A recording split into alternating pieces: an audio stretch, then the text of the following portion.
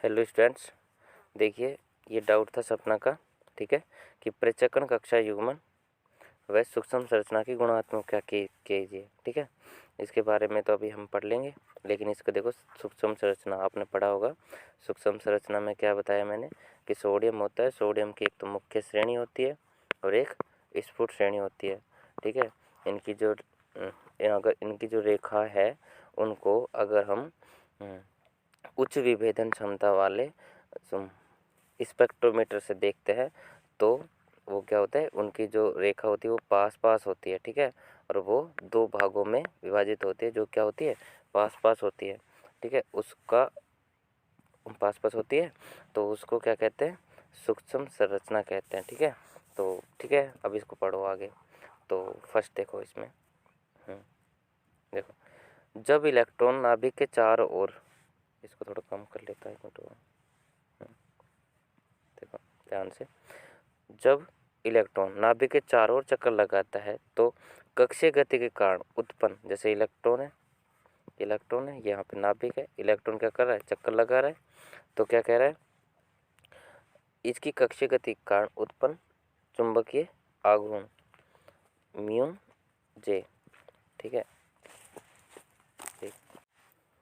हाँ, कक्षीय गति के कारण क्या उत्पन्न चुंबकीय आघूर्ण म्यू जे। ठीक है, आपने पढ़ा होगा ना, 12th क्लास में भी था ये, कि अगर कोई इलेक्ट्रॉन चक्कर लगाता है तो m इज इक्वल टू क्या होता है, एन आई ए। करंट अगर उसमें फ्लो हो रही है, आई एरिया है, तो m से लिखते थे, बस इसमें किसको लिखेंगे, म्यू बी से लिखेंगे। इसमें कन्फ्यूजन मत होना है, उसमें तो 12th में हम m से लिखते थे, यहाँ पे म्यू बी से लिखेंगे, बस इतना सा अंतर आएगा। ठीक है भाई, तो क्या करें, कक्षीय गति के कारण उत्पन्न चुंबकीय आघूर्ण म्यू एल, ये म्यू एल, व चक्रण गति के कारण उत्पन्न चुंबकीय आघूर्ण म्यू एस, म्यू एल और म्यू एस। ये म्यू एल तो क्या है, कक्षीय गति के कारण, एस क्या है, चक्रण गति के कारण। चक्रण बोले तो स्पिन, एल बोले तो क्या बोलते हैं, कोणीय। एल को, एल से याद रख लेना भाई, एल को क्या बोल रहे हैं, कक्षीय गति के कारण, और एस क्या, चक्रण गति के कारण। ठीक है, तो मध्य अन्योन्य क्रिया को प्रचक्रण कक्षा युग्मन कहते हैं, ये याद हो जाना चाहिए अब। ठीक है, दोबारा रिपीट कर लेना कि नाभिक के चारों ओर क्या करता है, इलेक्ट्रॉन चक्कर लगाता है, इसकी कक्षीय गति के कारण तो क्या होता है, म्यू एल, और चक्रण गति के कारण उत्पन्न क्या होता है, म्यू एस। के मध्य अन्योन्य क्रिया को क्या कहते हैं, प्रचक्रण कक्षा युग्मन कहते हैं। ठीक है, आगे चलो। अब एक बात समझना ध्यान से, माना इलेक्ट्रॉन नाभिक के चारों ओर वर्तीय कक्षा में चक्कर लगाता है, इस गति के कारण उत्पन्न कोणीय संवेग क्या है, एल है। कोणीय संवेग को किससे लिखे, एल से। तल के लंबवत क्या होगा, बाहर की ओर। अब इसको मैं आपको कैसे समझूँ कि जैसे मान लो अपनी क्या होता है, ये गूठा होता है ना, और कैसे से होता है आपको कि ये 4 उंगली होती है। ठीक है, अब तो ये गूठा क्या बता देगा, अगर इसको ऐसे ऐसे माने, इसको अंगुलियों को तो इसके डायरेक्शन में घुमाएं। ठीक है, और गूठे को लंबवत रखें इन अंगुलियों के, तो क्या आएगा, गूठा हमेशा बाहर की ओर आएगा। ठीक है, अब करना इसको तुम। ठीक है, इसको क्या होगा, ये क्या कहना चाह रहा है कि बाहर की ओर उत्पन्न हो जाता है। ठीक है, तो वर्तीय चक्कर लगाता है। तो अब एक बात सुनो यहाँ पे आगे, दूसरी लाइन, इलेक्ट्रॉन कक्षीय गति के साथ साथ क्या करता है, अपने अक्ष पर, मतलब इलेक्ट्रॉन घूमता रहे चारों तरफ, जैसे क्या बताते हैं कि पृथ्वी चारों ओर घूमती भी है और अपने अक्ष पर भी चक्कर लगाती है। ठीक है, तो वो बात बोलना चाह रहा है। तो क्या कह रहा है, इलेक्ट्रॉन कक्षीय गति के साथ साथ अपनी अक्ष की कक्षीय गति के अपनी, क्या लिख रहा है, इलेक्ट्रॉन कक्षीय गति के साथ साथ अपनी ही अक्ष पर भी चक्रण गति करता है। ठीक है, ये थोड़ा सपना सही करना है, इसको चक्रण गति करता है। यदि यदि कोई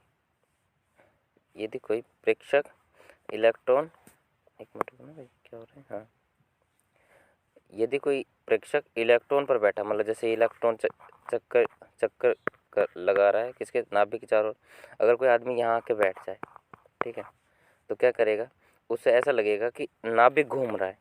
आप प्रैक्टिकल करके देखना घर पे। ठीक है, क्या करोगे, जैसे मान लो आप मोटरसाइकिल बैठ जाना। ठीक है, मोटरसाइकिल बैठ जाना, मोटरसाइकिल पे बैठ गए आप। ठीक है, अब क्या है, अगर कोई यहाँ पे स्थिर है ना, तब उसके चारों ओर चक्कर लगाना, आपको ऐसा लगेगा कि वो घूम रहा है, ना कि आप घूम रहे हो। इसे क्या कहते हैं, आपेक्षिकता का सिद्धांत कहते हैं। तो क्या कह रहा है, इलेक्ट्रॉन बैठा हो तो इलेक्ट्रॉन इलेक्ट्रॉन की चक्रण गति के कारण नाभिक वर्तीय पथ गति करता है, वर्तीय पथ में गति करता दिखाई देगा। नाभिक की इस वर्तीय गति के कारण एक चुंबकीय क्षेत्र प्रेक्षित होगा जिसकी दिशा भी तल के लंबवत बाहर की ओर होगी।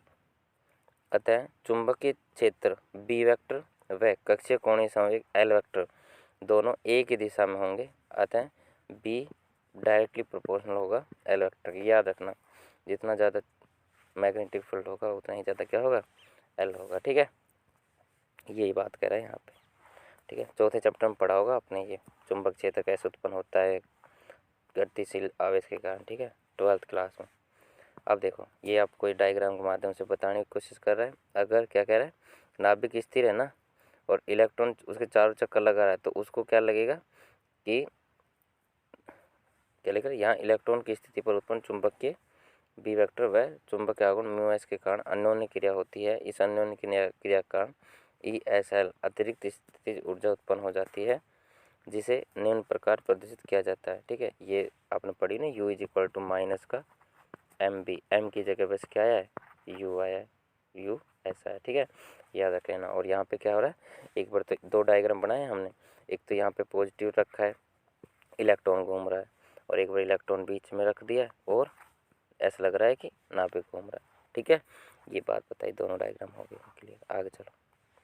अब एक बात याद रखना यहाँ पे थोड़ा सा कि म्यू एस की वैल्यू ये होती है, और म्यू एस की वैल्यू में ये जो जी एस और ये H mu B mu S है, ये म्यू एस सरफेस में भी। ठीक है, तो ये होता है, तो ये सारा क्या होता है, कांस्टेंट वैल्यू होते हैं। तो E S L proportional S B.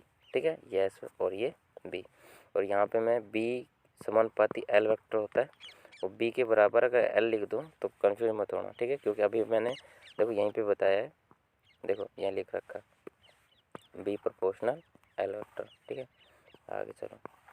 अब देखो यहाँ पे क्या है कि ये हो गया, ये फिर S L S vector B vector, और जो समानुपाती हट गया तो एफ आर लिख दिया। एफ आर की वैल्यू ये सारी होती है, ये क्या होता है, कांस्टेंट वैल्यू होते हैं, M B C B 1/r radius. ठीक है, और ये आर पोटेंशियल का इसके रिस्पेक्ट में डिफ्रेंशिएशन। ठीक है, ये सब क्या होता है, कांस्टेंट वैल्यू होती है। ठीक है, इसका डेरिवेशन आप एमएससी में पढ़ोगे भाई। ठीक है, और किसी स्टूडेंट को पूछना हो पर्सनली मैसेज कर देना, मैं उसके पास व्हाट्सअप कर दूंगा। बी की वैल्यू भी निकाल के देते हैं, एस की मतलब एल की वैल्यू भी, बी वेक्टर की वैल्यू और म्यू एस वेक्टर की वैल्यू। ठीक है, आगे चलो। तो अब फिलहाल ये याद रख लेना कि एफ आर वेक्टर ये होता है और ये क्या कांस्टेंट होता है, इसी वजह से समानुपाती हटाए तो मैंने एफ आर लिखा है।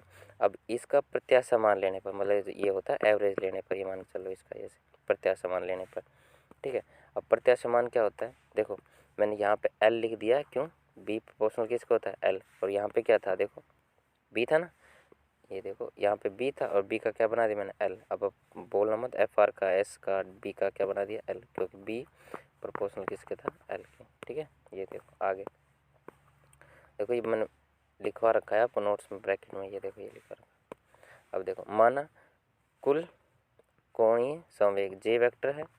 ठीक है, तो जे वेक्टर इज इक्वल टू क्या होता है, एस वेक्टर कक्षीय और मलचक्रण और कक्षीय दोनों का योग होता है कुल। ठीक है, तो इससे अपन को क्या करना है, इसकी वैल्यू निकालनी है, S vector dot L vector की।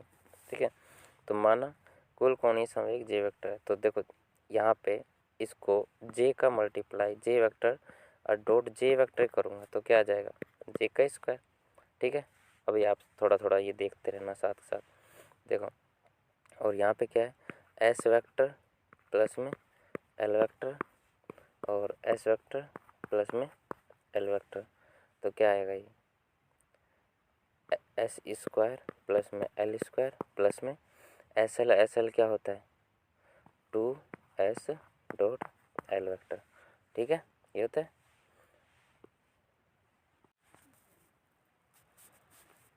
देखो भाई, तो S vector plus L vector plus 2s L होता है। देखो इसका ना मल्टीप्लाई आराम से करना कि एस का एस से करना, एल का एल से, फिर एल का एस से एल और एस का एल का एस से। तो मैं ये कहना चाह रहा हूँ A vector dot B vector बराबर B vector dot A vector होता है ना, तभी हमने ये बात बोली है कि ये 2s एल कर देना इसको। ठीक है, तो यहाँ पे आप ये बात समझ लेना।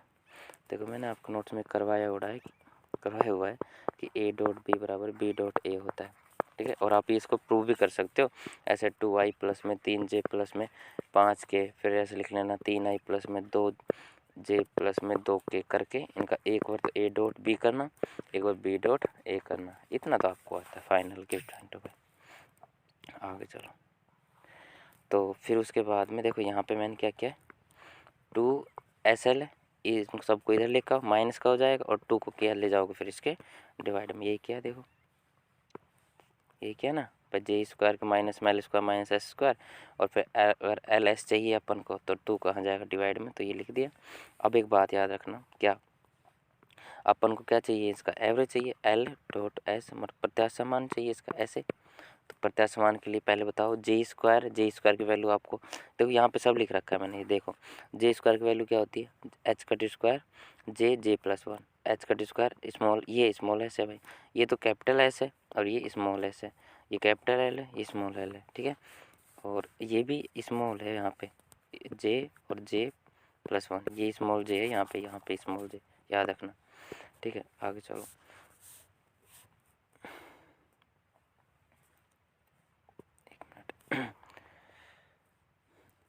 L dot S vector H cut square upon 2, ये सारी वैल्यू रख दी।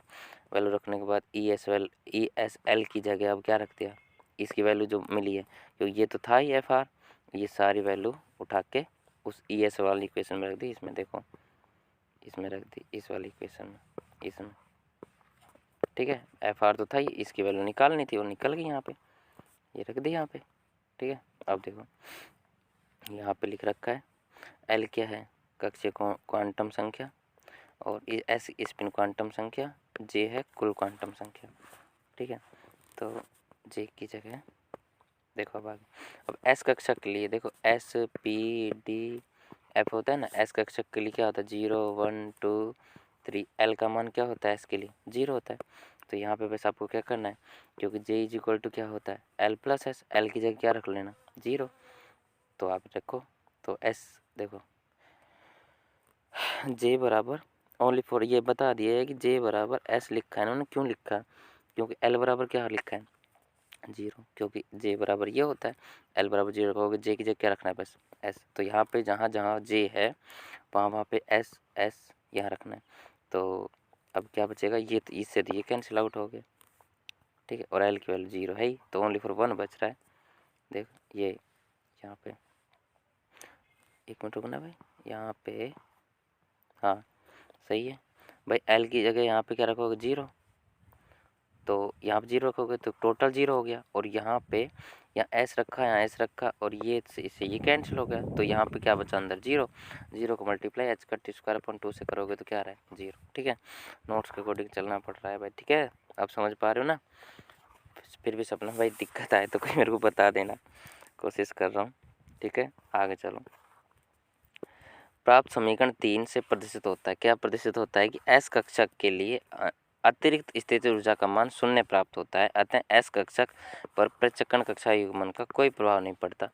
क्या कहना चाह रहा है कि भाई एक चाहे तो स्पिन के कारण ही कोणीय संवेग आ रहा हो, चाहे अपने मतलब कक्षीय के लिए आ रहा हो, वो एक दूसरे को क्या कर दे, एक देखे तो नेगलेक्ट कर दिया, कुछ अतिरिक्त ऊर्जा नहीं मिली, ठीक है। लेकिन अगर एल का मान, ये तो जब की बात है एल का मान क्या हो नोट मतलब एल का मान 0 के बराबर हो, अगर एल नॉट इक्वल टू 0 होगा तो क्या होगा, मतलब कि S P D F, S के लिए देख लिया, बाकी कक्षक के लिए क्या होगा, क्योंकि बाकी कक्षक के लिए एल का मान क्या होता है 1 2 3 कुछ होता है, तो बाकी कक्षक के लिए क्या होता है, मैं थोड़ा आपको बता देता हूँ, कहना क्या चाह, जैसे एक्स कक्षक होता है, एस कक्षक ना विपाटित नहीं होगा, जैसे पी कक्षक क्या होता है 2 भागों में विभाजित होता है, जैसे हमने उसमें पढ़ा ना सेल मॉडल में पढ़ा, उसमें क्या होता है एस 2 भागों में बढ़ जाता है, डी भी 2 भागों में बढ़ जाता है, एफ भी 2 भागों में डिवाइड हो जाता है, देखना उसमें सेल मॉडल में, बस यही बात है इसमें।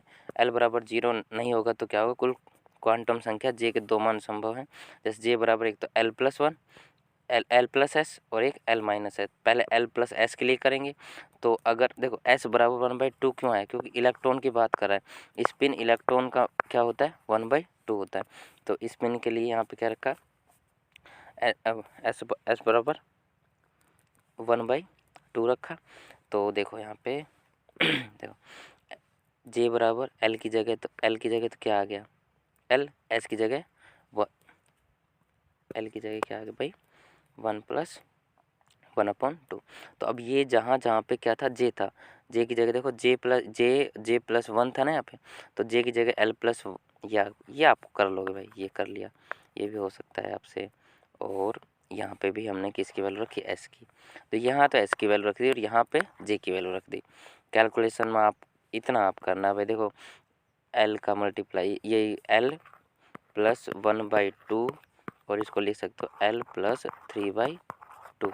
एल का मल्टीप्लाई एल से क्या आएगा, L², एल का मल्टीप्लाई इससे +1/2L, फिर इसका 3 से करोगे 3/2L, फिर इसका करोगे 3 और 3/4, ये आएगा, ठीक है। और ये 3 और 4, ये 2, ये आएगा 4 2L, तो ये आ रहा है मेरे according L² plus 2L plus 3/4।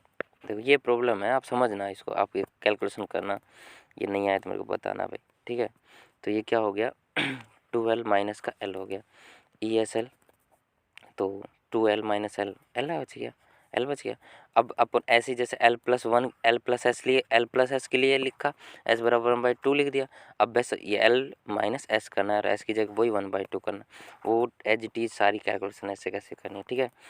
Video lengthy बन जाएगी, आप समझ जाना इसको। और समीकरण 4 और 5 से क्या होता है, हम क्या कह सकते हैं कि ऊर्जा हेतु L ≠ 0 हो तो ऊर्जा दो स्तरों में विभाजित हो जाती है। देखो यहाँ पे L का मान क्या नहीं आया, 0 नहीं आया ना, L का मान कुछ आया, अगर L के मान 0 रखते हो तो ये ऐसा आ रहा है, ठीक है। तो मतलब क्या कहना चाह रहे हैं कि यहाँ पे जब L ≠ 0 होगा तो कुछ ना कुछ अतिरिक्त ऊर्जा मिलेगी जो उसको विपाटित कर देगी, ठीक है, ये बात बोल रहे हैं। विभाजन हो जाएगा इसका, तो व्यक्त हो जाता है जब J बराबर L-1/2 हो तो निम्न ऊर्जा स्तर कहेंगे, क्यों -1 हो रहा है ना, और +2 होगा तो उच्च ऊर्जा स्तर कहेंगे। हम कह सकते हैं कि प्रचक्रण कक्षा युग्मन के कारण एस कक्षक को छोड़कर एस ऊर्जा स्तर प्रत्येक ऊर्जा स्तर में 2 भागों में विभाजित हो जाएगा, ठीक है। तो यहाँ देखो ये सोडियम के बारे में बता रहा है, सोडियम के प्रचक्रण कक्षा युग्मन के कारण 2 स्पेक्ट्रम रेखाएं प्राप्त होती है, जिन्हें क्या कहते हैं, सूक्ष्म संरचना है ना। तो ये 3s और ये 3p, L बराबर 0 होगा तो ये सीधी है, विपाटित नहीं हो रही, P होगा तो ये 2 भागों में विभाजित हो गई, ठीक है। और ये मतलब P 1/2 से, ठीक है, P 1/2 से, और मतलब JS 1/2 तक ये डिस्टेंस क्या होती है, इसको कहते हैं D1 रेखा, इसे कहते हैं D2 रेखा। D1 रेखा और D2 रेखा की लेंथ आप याद रख लें, D1 की ये और D2 की ये होती है भाई, ठीक है। बस इतना ही है इसमें, ठीक है। रेखा क्या नाम सपना एंड ऑल स्टूडेंट, आप इसको देखना भाई, ठीक है। और कोई दिक्कत आए तो पूछना, और कोई भी डाउट हो तो आप मेरे को मैसेज ज़रूर कर दिया करो, ठीक है। लेकिन रिजल्ट में किसी प्रकार की कमी नहीं आनी चाहिए आप सभी की, ठीक है। Thank you.